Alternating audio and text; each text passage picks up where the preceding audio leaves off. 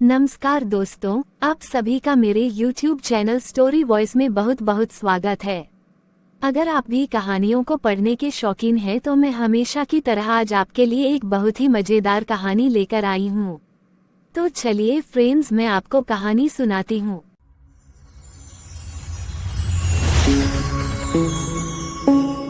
दोस्तों, आज मैं आपको पंचतंत्र की एक बहुत ही मज़ेदार कहानी सुनाने वाली हूँ। तो आइए सुनते हैं वो दिलचस्प कहानी जिसका नाम है खूंखार घोड़ा। विजयनगर के पड़ोसी मुसलमान राज्यों के पास बड़ी मजबूत सेनाएं थी। राजा कृष्णदेव राय चाहते थे कि विजयनगर की घुड़सवार फौज भी मजबूत हो, ताकि हमला होने पर दुश्मनों का सामना कुशलता से किया जा सके। इसके लिए उन्होंने बहुत से अरबी घोड़े खरीदने का विचार किया।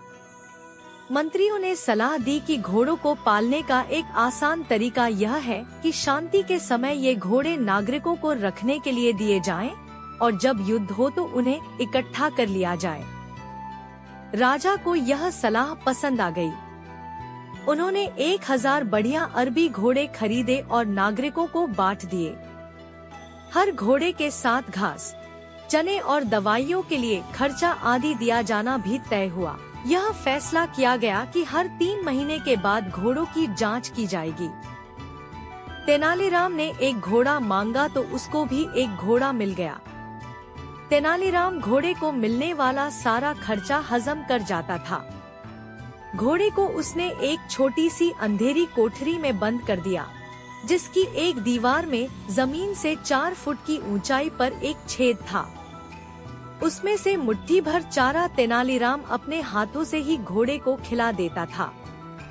भूखा घोड़ा बेचारा उसके हाथ में मुंह मारकर पल भर में चारा चट कर जाता था।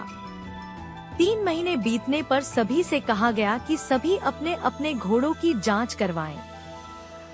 तेनालीराम के अतिरिक्त सभी ने अपने घोड़ों की जांच करवा ली। फिर राजा ने तेनालीराम से पूछा, तुम्हारा घोड़ा कहाँ है? महाराज, मेरा घोड़ा इतना खूंखार हो गया है कि मैं उसे नहीं ला सकता। आप घोड़ों के प्रबंधक को मेरे साथ भेज दीजिए, वही इस घोड़े को ला सकते हैं। तेनालीराम ने कहा। घोड़ों का प्रबंधक, जिसकी दाढ़ी भूसे के रंग की थी, तेनालीराम के साथ चल पड़ा। कोठरी के पास पहुंचकर तेनालीराम बोला, प्रबंधक, आप स्वयं देख लीजिए कि यह घोड़ा कितना खूंखार है, इसीलिए मैंने इसे कोठरी में बंद कर रखा है। कायर कहीं के, तुम क्या जानो घोड़ों को कैसे काबू में किए जाते हैं? यह तो हम सैनिकों का काम है। कहकर प्रबंधक ने दीवार के छेद में से झांकने की कोशिश की। जैसे ही प्रबंधक छेद से झांका, सबसे पहले उसकी दाढ़ी छेद में पहुंची।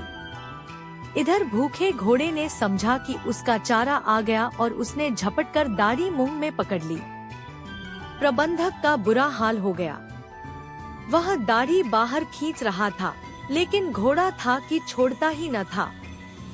प्रबंधक दर्द के मारे जोर जोर से चिल्लाने लगा। ये बात राजा तक जा पहुंची। वह अपने कर्मचारियों के साथ दौड़े दौड़े वहां पहुंचे। तब एक कर्मचारी ने कैंची से प्रबंधक की दाढ़ी काटकर जान छुड़ाई। जब सबने कोठरी में जाकर घोड़े को देखा तो उनके आश्चर्य का ठिकाना न रहा। वह तो हड्डियों का केवल ढांचा भर रह गया था। क्रोध से उबलते हुए राजा ने पूछा, तुम इतने दिन तक इस बेचारे पशु को भूखा मारते रहे?